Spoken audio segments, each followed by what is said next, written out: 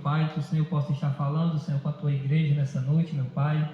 Em nome de Jesus, meu Deus, abre no coração, a mente, todo o entendimento, meu Deus, para que possa, Pai, em nome de Jesus, ó Pai, ser edificado, Pai, pelas tuas santas, Pai, e gloriosas palavras, em nome de Jesus, meu Deus.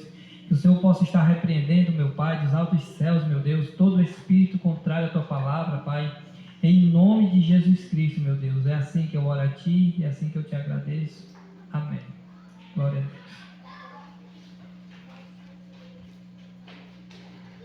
Glória a Deus, aleluia. Queridos, é interessante a forma que o inimigo hoje ele está agindo no meio da humanidade. Ele está agindo de uma forma. Nós sabemos que ele não tem nenhum poder sobre nossas vidas. Nós sabemos que ele não pode nos tocar se nós estivermos firmes com Deus, se nós estivermos verdadeiramente na presença de Deus. Nós sabemos que ele não tem poder nenhum sobre nossas vidas. Mas para isso é necessário que nós não apenas crer, mas que nós venhamos viver o Evangelho, viver a palavra de Deus. Uma das ações que o inimigo mais está trabalhando nesses últimos dias é na mente. Porém, o tema hoje não é sobre a mente, mas é algo que as pessoas me procuram para... Só nessa semana foram 3 que me procuraram para conversar a respeito da mente, a respeito da ação do inimigo na mente das pessoas.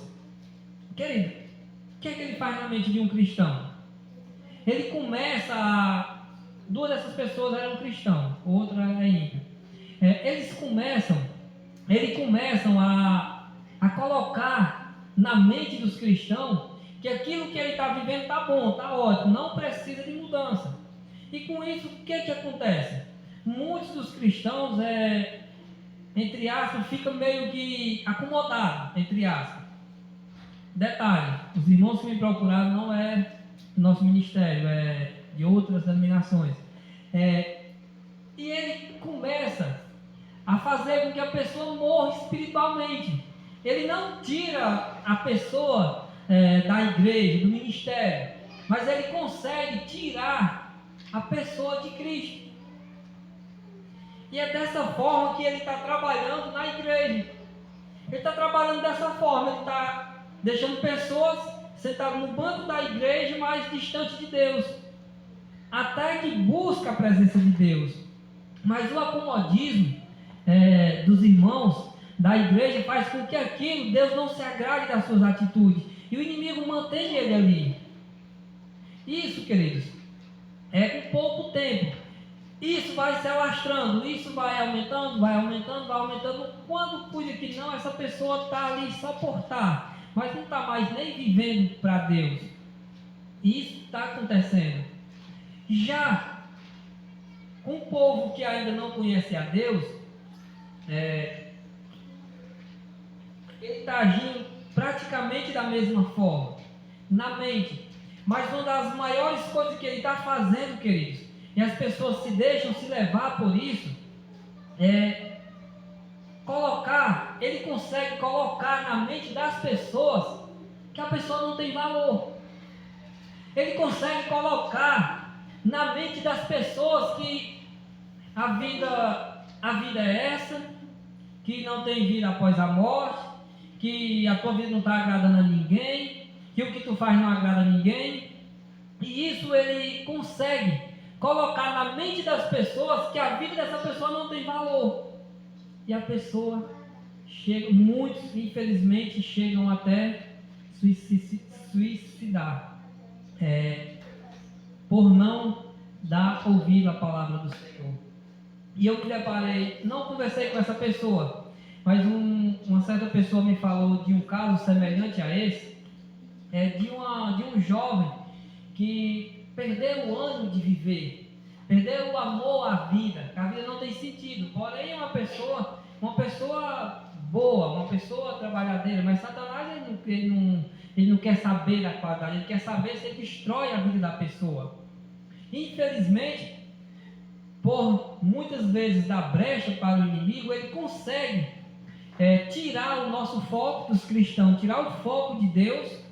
Ah, irmão, mas eu não foco no inimigo. Mas quando você desfoca de Deus, automaticamente você está dando brecha para o inimigo agir na sua vida.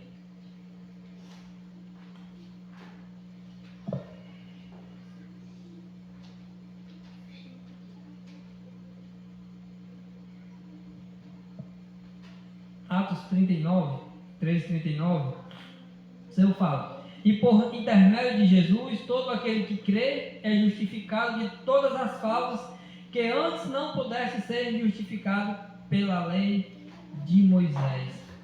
Interessante, quando ele fala que por intermédio de Jesus, todo aquele que crê é justificado de todas as faltas que antes não pudesse ser justificado pela lei. Quando nós entregamos a vida ao Senhor, nós já sabemos o processo espiritual, o que acontece, nós já sabemos de tudo. Isaías, ele vai dar um parecer sobre esse tema. Isaías 53, versículo 11, ele vai falar algo bem interessante. Logo depois do sofrimento, ele contemplará o resultado da sua obra. O empenho da sua alma ficará satisfeito. Mediante a sua sabedoria, o meu servo, o justo, justificará a muito e tomará sobre si as más obras dos seres humanos. Aqui ele está se referindo a Jesus.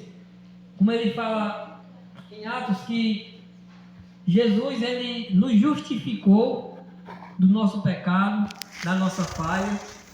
Porém, por esse ato de Jesus ter justificado, de ter nos purificado com a sua morte e ressurreição, isso não nos cabe a dizer que tem muitos que dizem: uma vez salvo, salvo para sempre. Não é assim. Romanos 3:3 fala que todos pecaram e carecem da glória de Deus. Quando essa glória foi manifesta, aqueles que crêem, eles foram, naquele momento, eles foram salvos, eles foram libertos. Mas nós temos uma vida que essa vida ela segue. E quando o Senhor fala que a obra do mal, o espírito do mundo que fala em Coríntios, ele opera no meio do povo, ele não dorme, porque ele sabe que os dias deles já está cumprido na verdade, está só esperando um pouco de tempo para que Jesus volte. Nós vemos que ele está irado com a igreja do Senhor. E ele está fazendo de tudo, queridos, para acabar com a igreja do Senhor. E ele tem tocado em muitas áreas. Ele tem tocado numa área que muitos cristãos que muitas pessoas são mais fracas, mais sensíveis. E ele sabe aonde que ele vai tocar para que mexa com aquela pessoa. Uma das áreas que ele está tocando muito é na área da família. A área da finança, quando os dois estão unidos, como um casal, quando os dois estão unidos, se passar um aperto financeiro, eles sabem lidar. Muitas vezes vem o estresse, vem aquela coisa, aquela preocupação, mas os dois sabem lidar. Na área da saúde, do mesmo modo, um acompanha o outro, um partilha naquele momento com o outro, mas já na separação ele sabe que ele destruiu algo que o próprio Deus constituiu, que é a família, e ele está agindo muito dessa forma. Então, mesmo cristão, quando nós não buscamos a presença de Deus para sermos revestidos, como Efésios 6 fala, revestido da armadura de Deus.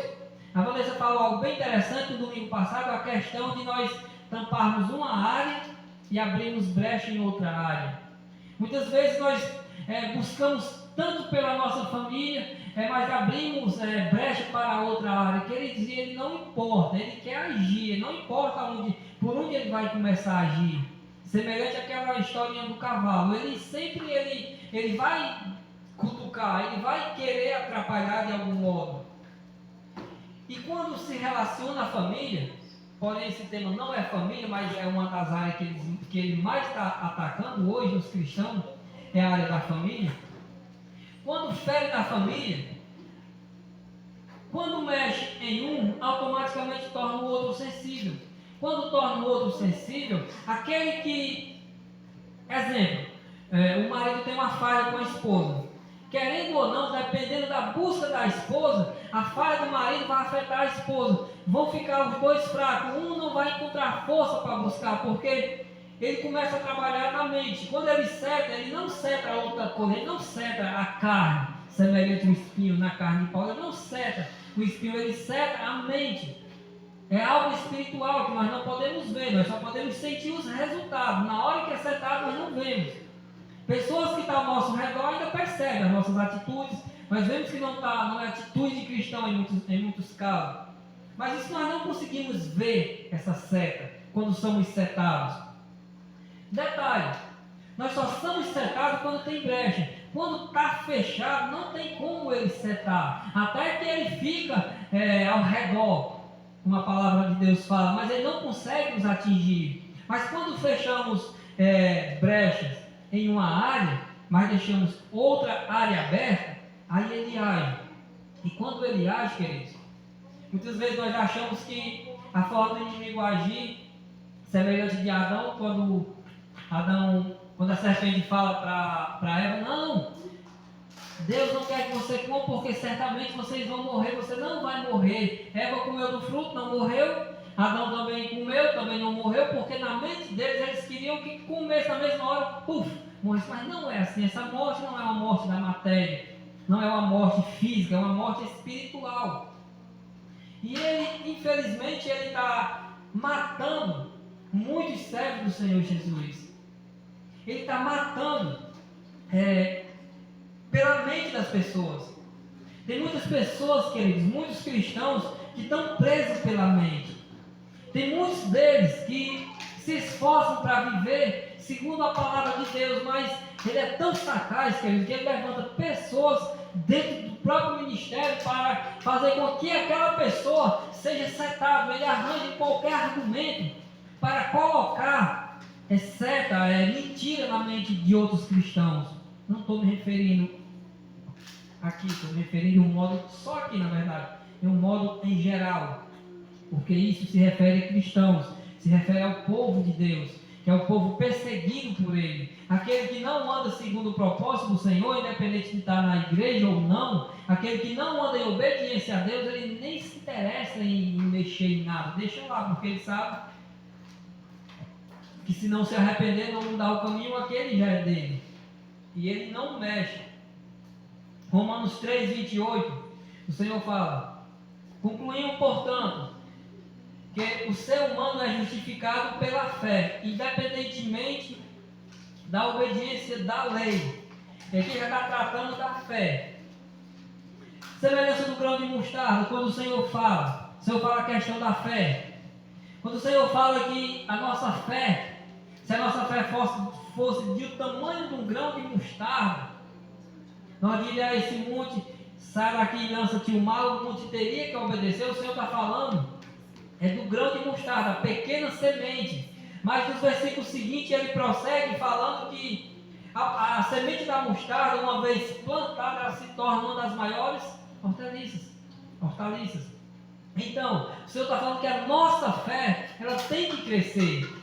Quando nós se convertemos a Cristo, não vou dizer a religião, mas a Cristo, quando nós se convertemos a Cristo, a nossa fé, ela começa a ser exercitada, ela começa a ser movida a crescer, e essa fé tem que crescer. Como que a nossa fé vai crescer? A semelhança que Jesus falou, plantando o grão de mostarda.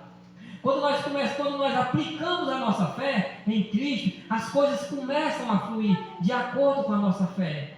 Só que o tempo passa. Queridos. No nosso primeiro ano de conversão, nós éramos ardentes por estar na presença de Deus. Quando chegava a hora do culto, a gente se arrumava logo, tomava banho, pegava a Bíblia, tinha aquele anseio pela palavra do Senhor, de estar na presença do Senhor. Mas o tempo passa. De acordo com que o tempo vai passando, dependendo da nossa busca, nós vamos esfriando. O que é que vai esfriando? A fé. Porque se a nossa fé não diminuir, nós não esfriarmos. Nós não diminuímos a nossa fé diante de Deus. A nossa fé que diminui como? O que é que as igrejas ensinam? Ensina que você vai ter isso, que você vai ter aquilo. Quando você se converte, Deus vai te dar isso, Deus vai te dar aquilo. E isso a pessoa começa a aplicar uma certa fé naquilo que ouviu falar de muitos pregadores, e isso não acontece. Quando isso não acontece, as pessoas começam a decair da fé. Quando ele começa a decair da fé, ele começa a decair da graça e começa meio que a esfriar. Ele começa a esfriar. Romanos 3,31, ele fala: anulamos, pois, a lei por causa da fé? De modo algum, ao contrário, confirmamos a lei. Quando esse tema de Paulo, aqui de Romanos, ele está falando muito a questão da lei de Moisés e da nossa fé. Por quê, irmão? Se você for ver, essa é uma das primeiras cartas de Paulo aos Romanos. É uma das primeiras cartas que Paulo escreve. Resumindo, é o início de todo o evangelho, o início do cristianismo está se iniciando. E Paulo ele quer frisar bem que não precisa as pessoas, semelhante à igreja de Corinto, as pessoas viviam em Cristo, aceitavam a Cristo, mas queriam continuar oferecendo sacrifício em seus pecados. E Paulo está tratando com os romanos a questão de pela fé, tudo é pela fé. Se você tem fé que Cristo te libertou, não precisa de sacrifício de pecado, é só você crer, é pela fé. Só que isso tem que crescer, não pode ficar do mesmo modo que se iniciou. Atos 5,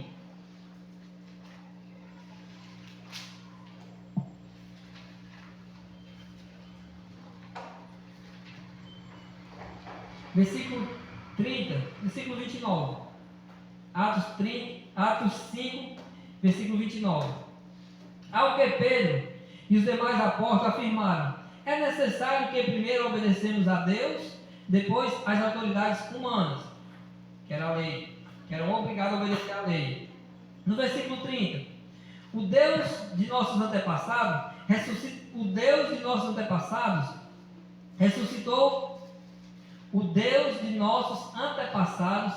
ressuscitou a Jesus, a quem vos assassinaste, crucificando no madeiro. No versículo 31. Deus, no entanto, exaltou elevando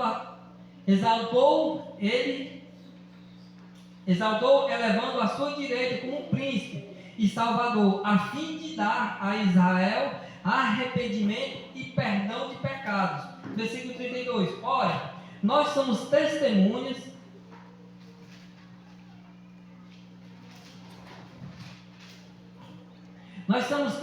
destes fatos, bem como o Espírito Santo que Deus concedeu aos que são obedientes a Ele. Opa, aqui já falou de algo que nós dependemos para exercer a nossa fé, do Espírito Santo.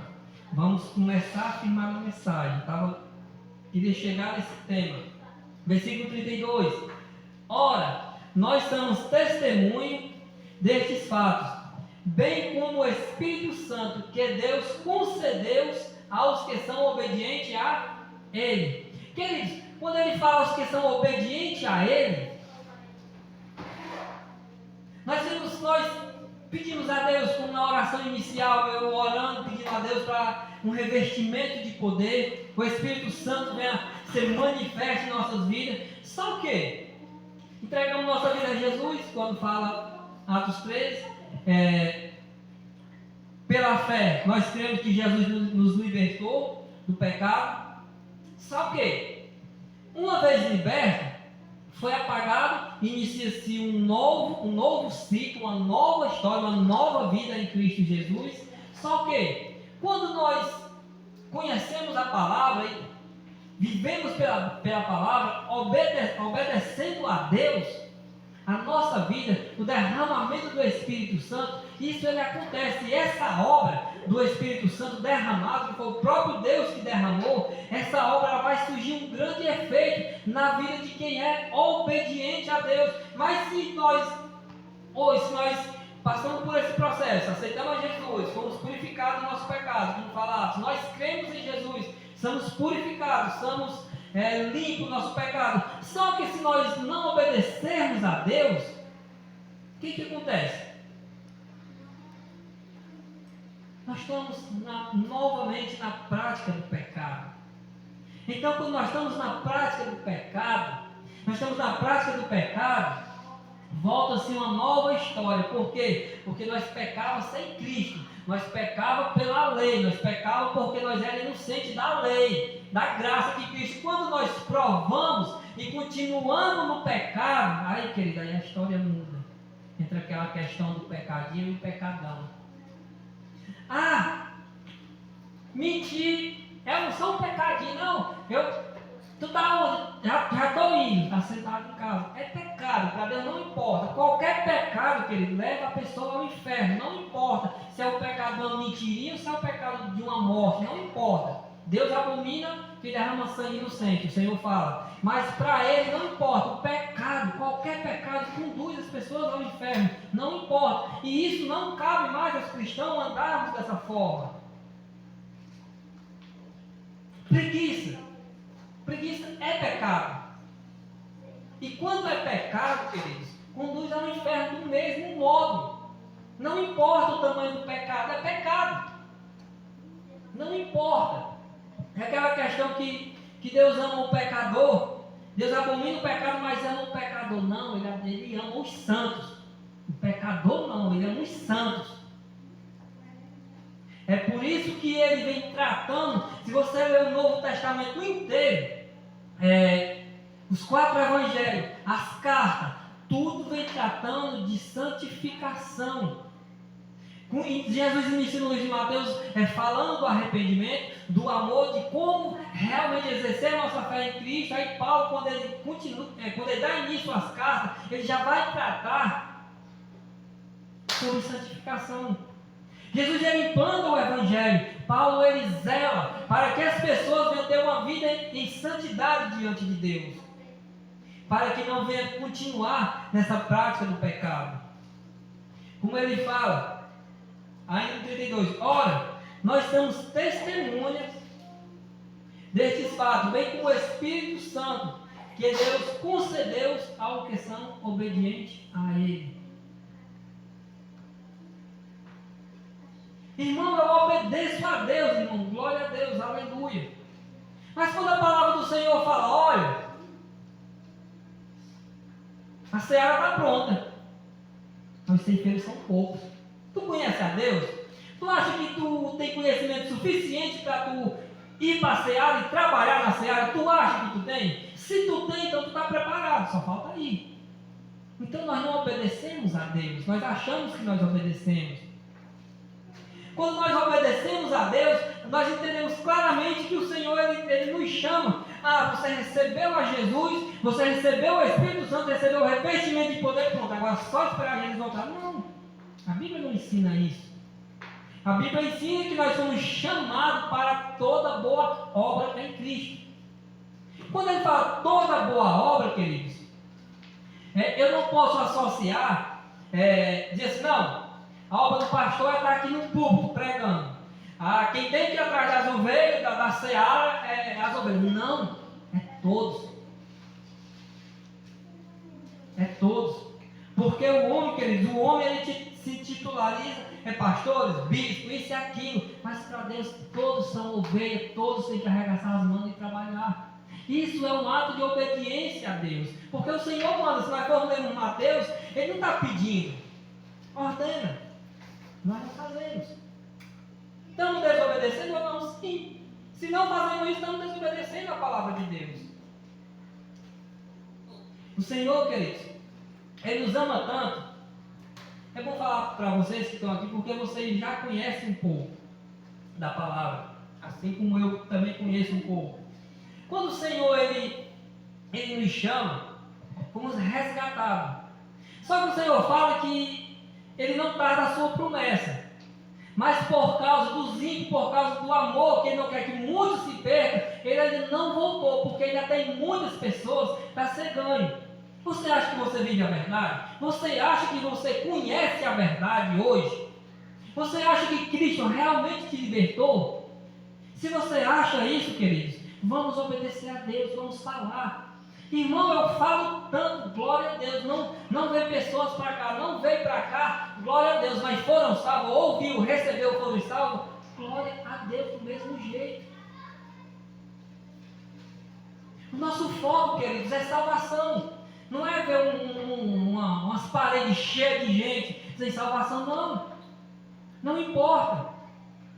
Quando nós pregamos para alguém, quando nós falamos para alguém, a palavra, a salvação chega até aquela pessoa, independente dela vir para cá ou não, se ela recebeu, creu, mudou de vida, glória a Deus.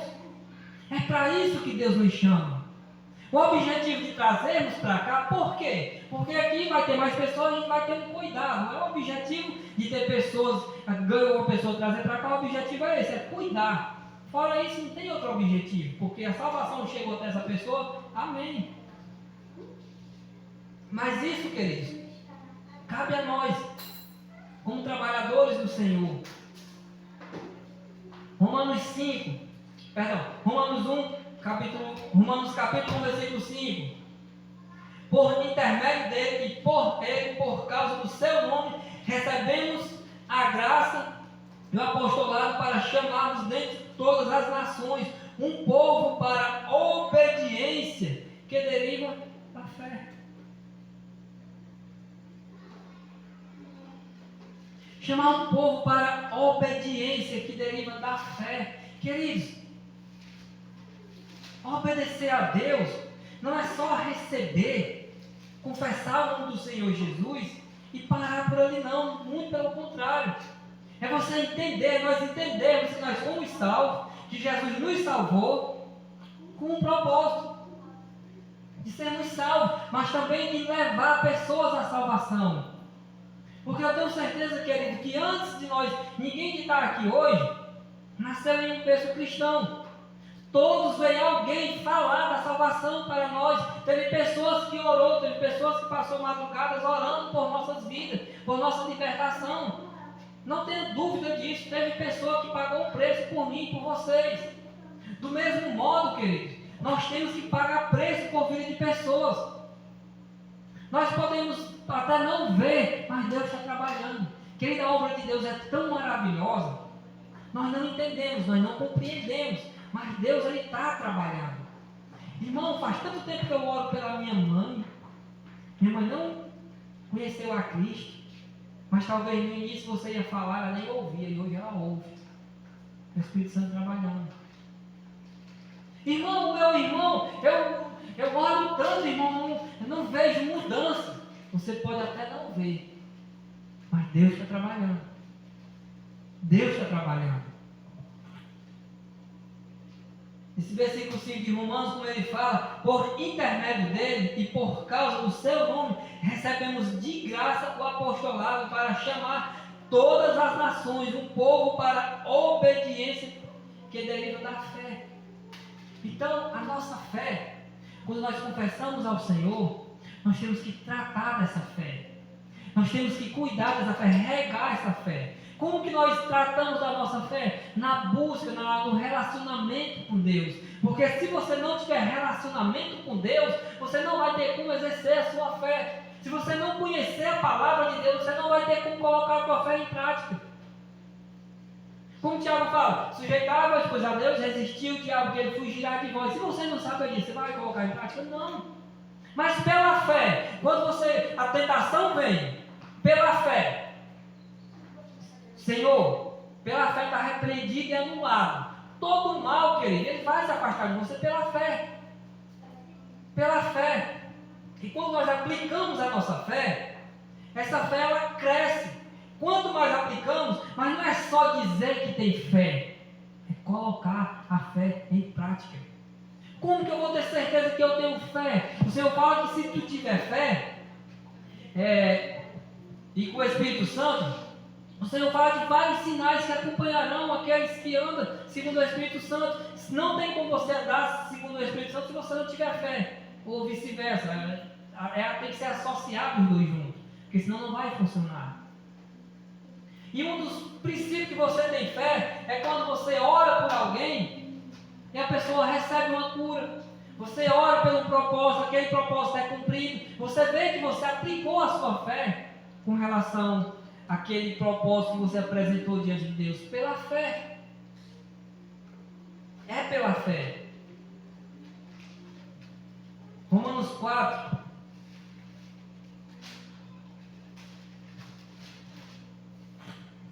Romanos 4, 24.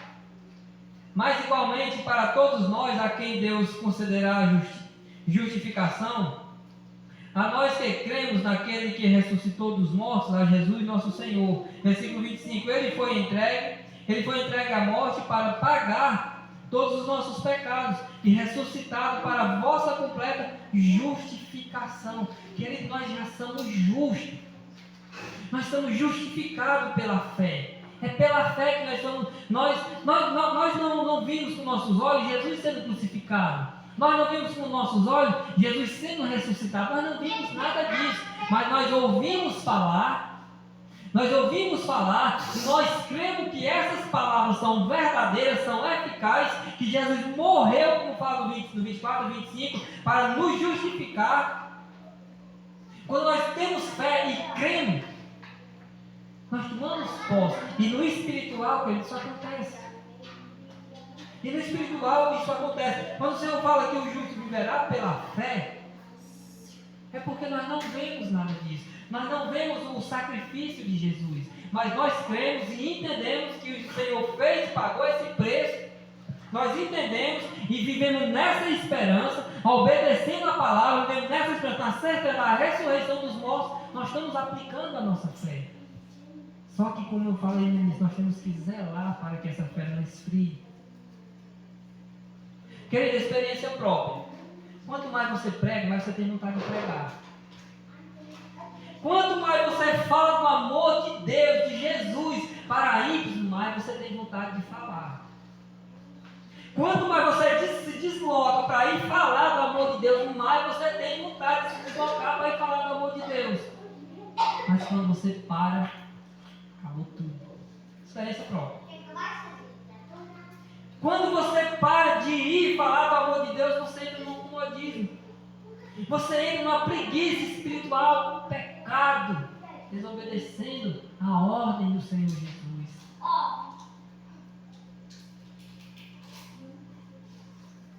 Quando você, lá em Fortaleza, a Ana e o Anderson chegaram a participar com a gente tinha um dia na semana de folga. Um dia. E lá eu trabalhava, hoje eu trabalho pouco, assim no serviço braçal. Mas lá eu trabalhava muito, eu trabalhava diário, eu passava o dia inteiro trabalhando no meio do mundo. Chegava, a gente ia para a igreja, a gente ia toda semana, a gente ia evangelizar, a gente ia para um culto, era a semana inteira. Mas ali foi onde aconteceu a minha transformação, naquele período. Porque eu me converti em 2001, mas eu vim vencer com ele em 2017, 2018. Porque eu não era crente. Eu estava na igreja. Eu achava bom ir para a igreja. Mas eu não era crente. Eu não tinha tido encontro com Jesus. Porém, eu já era batizado, já tinha feito um encontro com Cristo. Mas só o nome, que eu não tinha encontrado a Cristo ainda. Mas o trabalho na obra do Senhor é aquilo que te traz alegria. É aquilo que te traz um ânimo de trabalhar. Você se sente útil para Deus.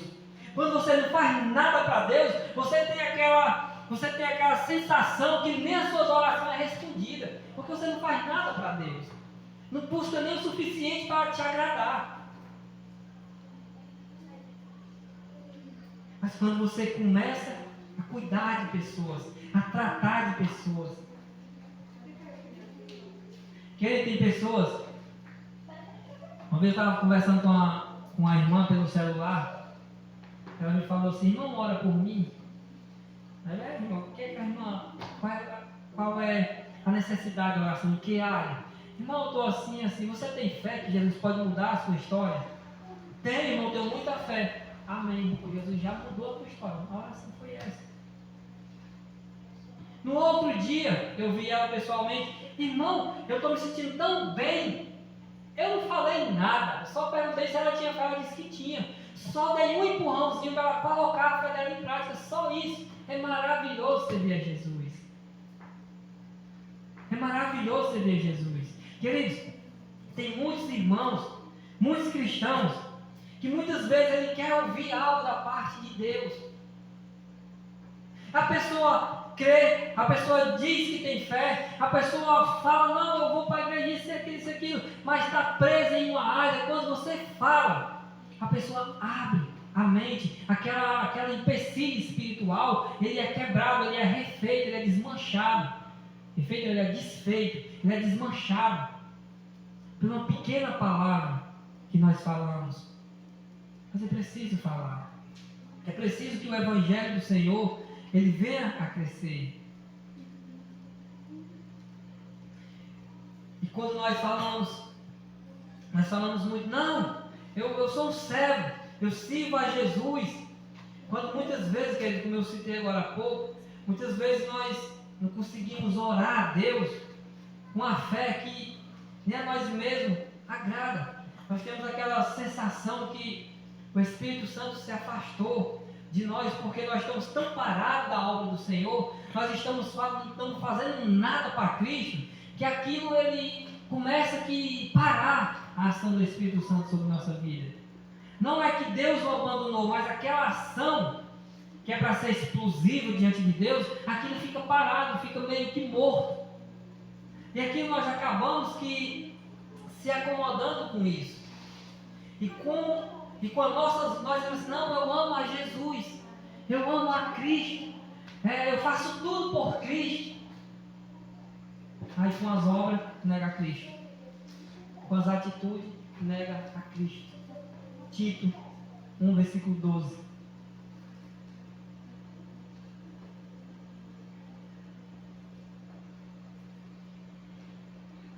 Tito 1, versículo 12, ele fala o seguinte, 12 em diante, ele fala o seguinte: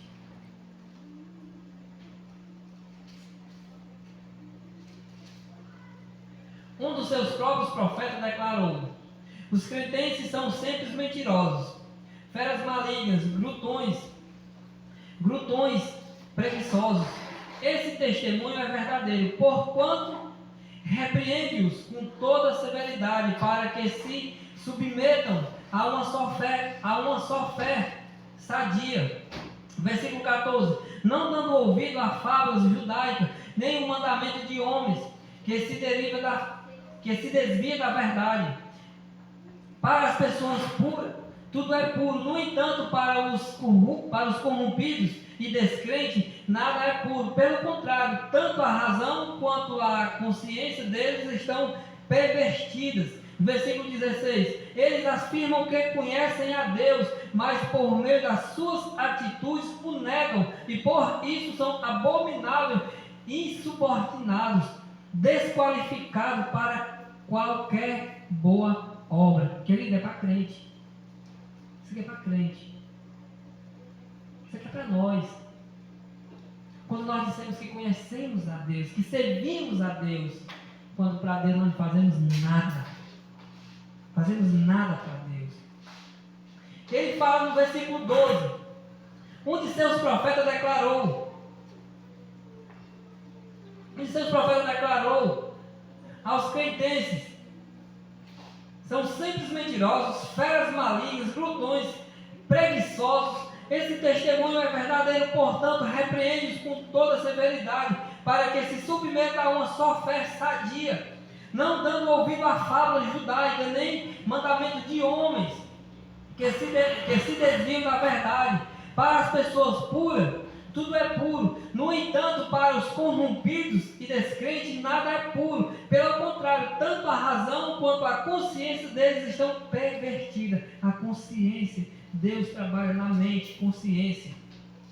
O inimigo ele consegue fazer esse estrago na vida das pessoas. Versículo 16: eles afirmam que conhecem a Deus, mas por meio de suas atitudes o negam, e por isso são abomináveis, insubordinados, desqualificados para toda boa obra. Quero dizer, é forte. Eu leio essas passagens, não que eu já não tenha lido, mas quando você está estudando, isso vai de confronto comigo. Eu acho que eu faço algo para Deus, eu até que me esforço, mas quando eu me deparo com a palavra, Senhor, quanto eu tenho que mudar. mudar. O quanto eu tenho que mudar para me dizer que eu sou realmente teu servo. O quanto eu tenho que mudar para me abrir a boca e dizer que eu sou um discípulo teu. Eu tenho que mudar muito, Senhor. Mas eu quero essa mudança. Eu anseio por essa mudança. E pelos olhos da fé eu já vejo que eu mudei. Porque assim como Deus me transformou, eu creio em nome de Jesus que a minha fé, o meu amor por almas vai ser renovado, vai ser multiplicado. Eu creio porque eu anseio por isso. Talvez eu não me esforce por tanto que eu queira, mas dentro de mim isso queima. Já é um bom sinal. É só me dispor. Porque o Senhor, Ele ajuda. Se esforça que eu te ajudarei. Jeremias 5.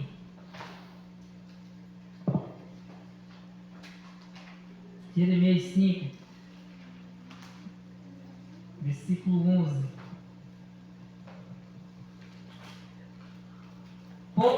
Porquanto a casa de Israel e a casa de Judá têm procedido com infidelidade para comigo, palavra de Yahvé. Eles mentiram acerca de Yahvé, afirmaram, ele não tomará atitude alguma, nenhum mal nos atingirá, não veremos, nenhum mal nos atingirá, não veremos nem espada, nem fome. Querido, isso aqui é uma...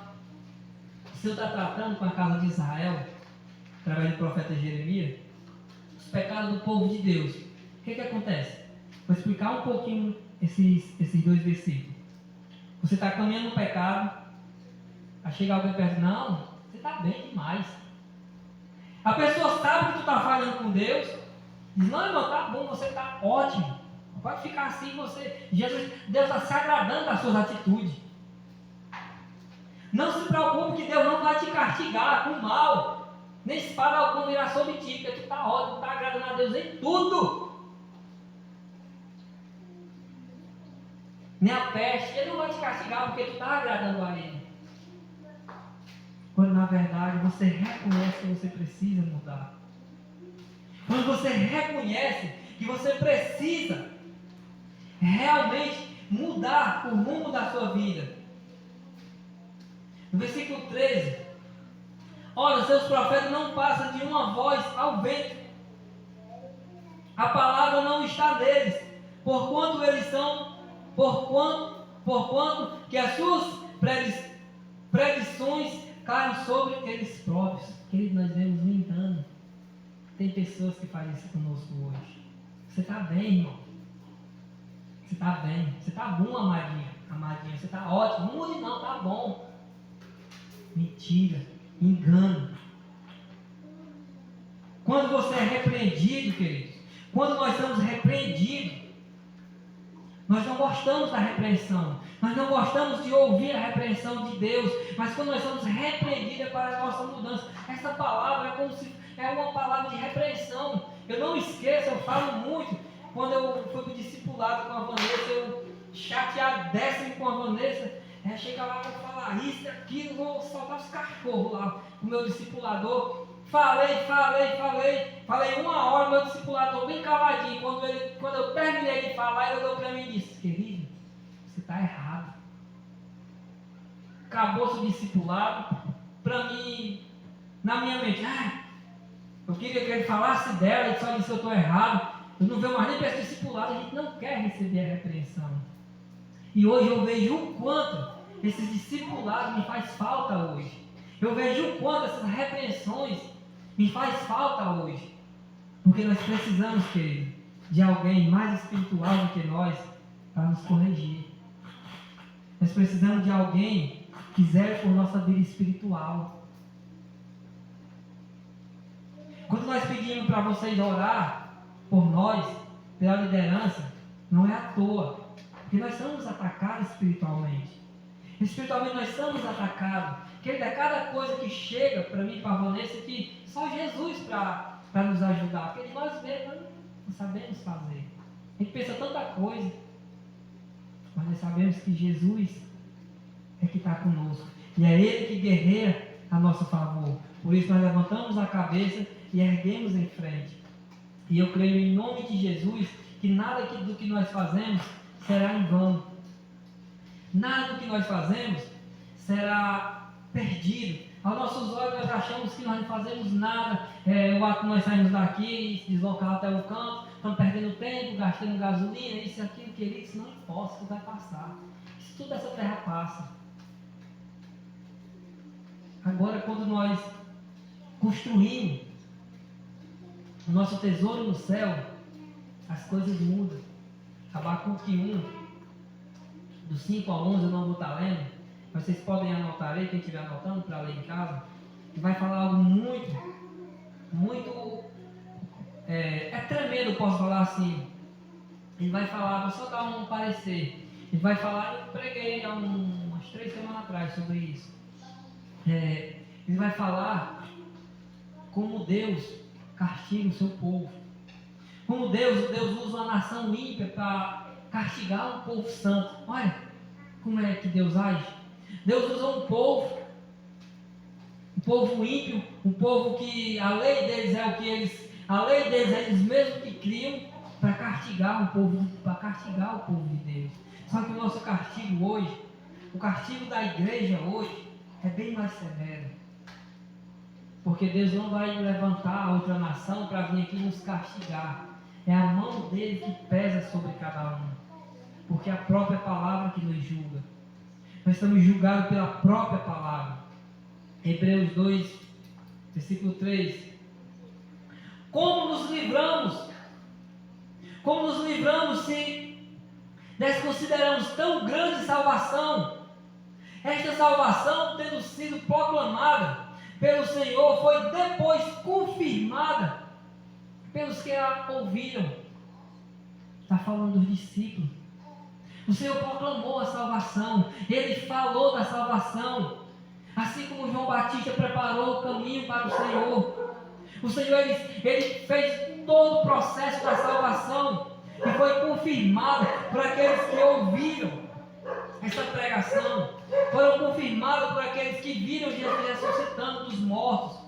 Queridos, nós temos base o suficiente bíblica para andarmos em obediência a Deus, para nos esforçarmos, para trabalharmos para Deus verdadeiramente. Verdadeiramente. Hebreus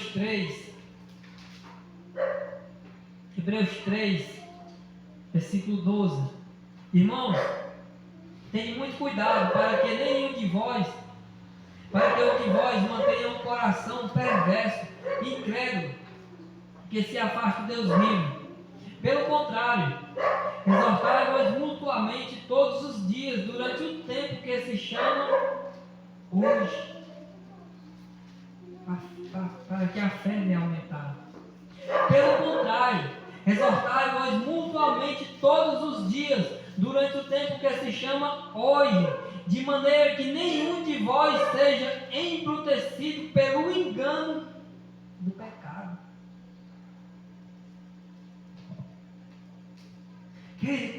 Quando a pessoa anda em pecado, fica bruto, ignorante, cara ruim. Quando a pessoa anda em pecado, querido, se você já teve comunhão com Deus, se você já teve intimidade com Deus, quando você está em falha, não precisa ninguém dizer que você está em falha. Você sente que você se sente feio no meio da humanidade. Você se sente, eu estou em pecado. Você sente, o Espírito Santo ele testifica que você está em pecado. Mas muitas vezes, como ele fala no versículo 13, o nosso coração, ele endurece, ele fica endurecido. Mas quando ele fala pelo engano do pecado, quando ele fala, uma vez, há tempos atrás, eu e o Marlon tivemos um pouco de conversa com relação ao engano do pecado. Graças a Deus que ele tirou isso da mente dele, que o Senhor tirou, na verdade, como um engano do pecado. O pecado, queridos, o pecado ele não chega, semelhança novamente, comparação da serpente com Eva, não chega a Eva, ó, Tu come essa maçã aqui, que tu vai morrer espiritualmente. Tu dá para Adão que ele também vai morrer. Vocês vão viver, vocês vão trabalhar, tu vai sentir dor para ter filho. Foi assim? Não. Ele foi totalmente ao contrário. Do mesmo modo que ele é para nós.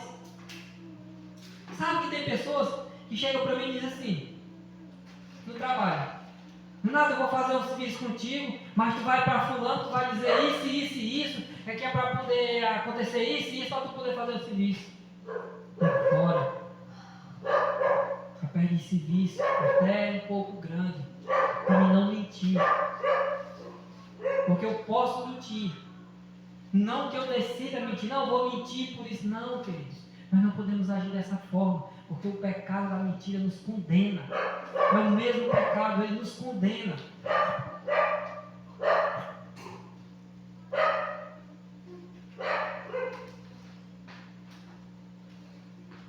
Hebreus 12, 25, que todo mundo conhece. Não abandoneis a tradição de nos reunirmos como igreja, segundo o procedimento de alguns, mas pelo contrário, mantivemos uns nos outros, tanto mais quanto vistes que o dia está próximo. Quer que quando fala, não abandoneis a congregação, não deixais de congregar, claramente nós entendemos que não abandone a casa da aliança. Tem uma placa, não abandone a casa, não vá para a casa da aliança. Quer congregar. Quando o Senhor fala, não abandoneis a congregação é de irmãos. Aonde nós nos reunimos, nós somos a congregação do Senhor. Nós não podemos parar de congregar e estar reunido com os irmãos, porque o dia está próximo. Os dias está próximo, nós não podemos, de forma alguma, deixar de nos unir como igreja. Por quê, irmão? Porque muitas vezes, queridos, dói. Eu sei que dói. Às vezes, o que acontece? A cegueira. Você não reconhece que eu não reconheço. Eu passei por isso com a Vanessa, fui tratado, graças a Deus. Eu passei muito por isso com a Vanessa no início, quando eu estava sendo tratado. Eu bati na tecla que o versículo era assim e ela dizia que não era. Aí ela falava, Renato, o Espírito Santo te revela, para parar com a conversa. Até que mais na frente o Espírito Santo, ele mostrava que eu estava errado. Mas você não quer entender que você está errado. Você quer achar que você está certo. Mas quando você vê que o provérbio fala que sabe o que se cala, quando você se cala é um princípio de sabedoria. E quando nós começamos a juntar a palavra, começamos a obedecer a palavra, nós não temos que mostrar para ninguém que nós somos mais espirituais do que ninguém. Não precisa disso. Não precisa. Vou mostrar para a Vanessa que eu conheço mais do que ela. Não precisa. E quando nós estamos reunidos como igreja, na congregação, o que acontece? Vocês podem ver o meu erro. Podem ver o erro da Vanessa. Eu posso ver o erro de vocês. Vocês acham que eu vou deixar você estar vivendo no erro? Não deixar, até que eu posso deixar. Mas eu não posso deixar de alertar que está no erro. Isso eu não posso deixar de alertar. Por isso há necessidade de estarmos reunidos como igreja. Reunidos como igreja. Tanto mais quanto viste que o dia está se aproximando. Que essa questão do dia está se aproximando? É interessante a questão que o salmista Davi fala sobre a questão de 1000 anos. 1000 anos é como um dia e o dia é como 1000 anos. Salmos 90, versículo 4, ele vai falar sobre isso. É interessante que para nós, 2000 anos é muito tempo, mas para Deus, da forma do agir de Deus, ainda não se passaram nem 2 dias. Isso é muito interessante para que nós venhamos ter na nossa mente que Jesus ele foi crucificado, para Deus não faz 2 dias que Jesus foi crucificado, pela lógica bíblica. Não faz 2 dias que Jesus ressuscitou dos mortos. Por isso que quando nós lemos todo o Evangelho, Nós vemos que tudo é atual, porque para nós já se passou muito tempo, mas para Deus não se passou nem 2 dias, não se passou nada. Por isso que tudo é muito atual, não tem nada velho, tudo é muito novo para Deus. Só que a nossa lógica ela é um pouco mais desenvolvida. Nós queremos que aconteça tudo em cima da hora, tudo, não, os antepassados, não, desde quando eu era menino que eu escuto falar isso, não aconteceu nada. Então isso é só mais um. Jesus não vai voltar não. Vai, queridos. Eu não costumo nem falar que é a última hora, eu costumo falar que é os últimos segundos na vida de Jesus. Já estou encerrando. Salmos 9, capítulo 10, o Senhor fala: Em ti confia todos os que conhecem o teu nome, porque tu, Senhor, jamais abandona aquele que te busca. Louvado seja o nome do Senhor Jesus. Queridos, é a promessa do Senhor. O Senhor não, vamos ficar de pé em nome de Jesus. O Senhor ele não abandona, queridos, de forma alguma, aquele que busca a presença do Senhor.